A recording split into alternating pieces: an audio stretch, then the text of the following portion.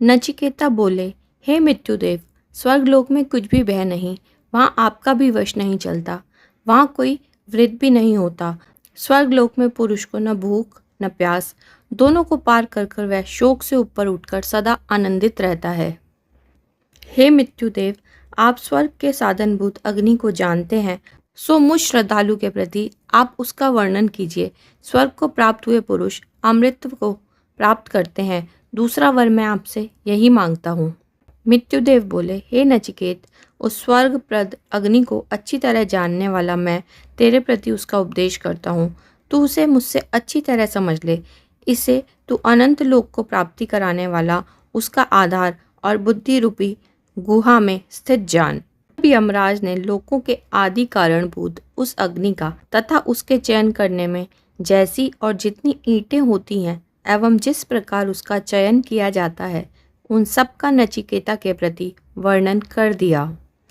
फिर नचिकेता ने जिस प्रकार उसे मृत्यु ने बताया था वह सब समझकर ज्यों का त्यों उन्हें सुना दिया।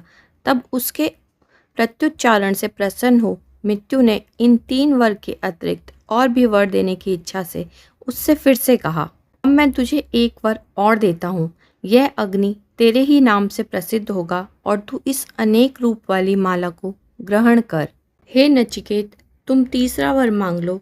इस प्रकार कहे जाने पर नचिकेता बोले, मरे हुए मनुष्य के विषय में जो यह संदेह है कि कोई तो कहते हैं रहता है, कोई कहते हैं नहीं रहता, आपसे शिक्षित हुआ मैं इसे जान सकूं, मेरे वरों में यह तीसरा वर है। राज बोले, पूर्व काल में इस विषय में देवताओं को भी संदेह हुआ था, क्योंकि यह सूक्ष्म धर्म सुगमता से जानने योग्य नहीं। हे नचिकेत, तू दूसरा वर मांग ले, मुझे न रोक, तू मेरे लिए यह वर छोड़ दे। नचिकेता बोले, हे मृत्यु, इस विषय में निश्चय ही देवताओं को भी संदेह हुआ था तथा इसे आप भी सुगमता से जानने योग्य नहीं बतलाते। इसी से वह मुझे और भी अधिक अभिष्ट है तथा इस धर्म का वक्ता भी आपके समान अन्य कोई नहीं मिल सकता और न इसके समान कोई दूसरा वर है।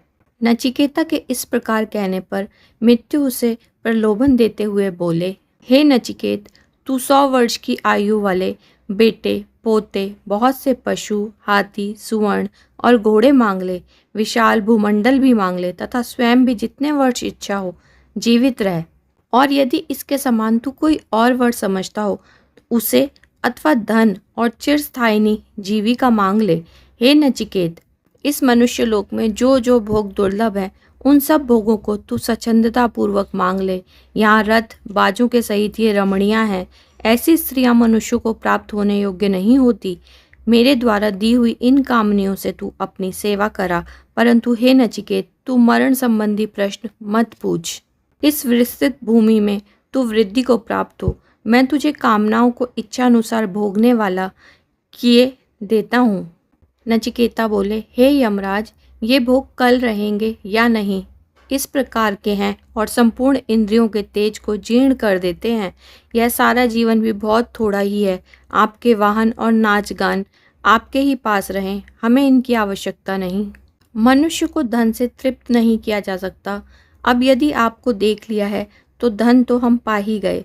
जब तक आप शासन करेंगे हम जीवित रहेंगे, किंतु हमारी प्रार्थना वर तो वही है। कभी जराग्रस्त न होने वाले अमरों के समीप पहुंचकर नीचे पृथ्वी पर रहने वाला कौन जराग्रस्त विवेकी मनुष्य होगा, जो केवल शारीरिक वर्ण के राग से प्राप्त होने वाले सुखों को देखता हुआ भी अति दीर्घ जीवन में सुख मानेगा। अतः मुझे इन मिथ्या भोगों से प्रलोभित करना छोड़कर जिसके लिए मैंने प्रार्थना की है वह हमसे कहिए। यह जो गहनता में अनुप्रविष्ट हुआ वर है, इससे अन्य कोई वर नचिकेता नहीं मांगता।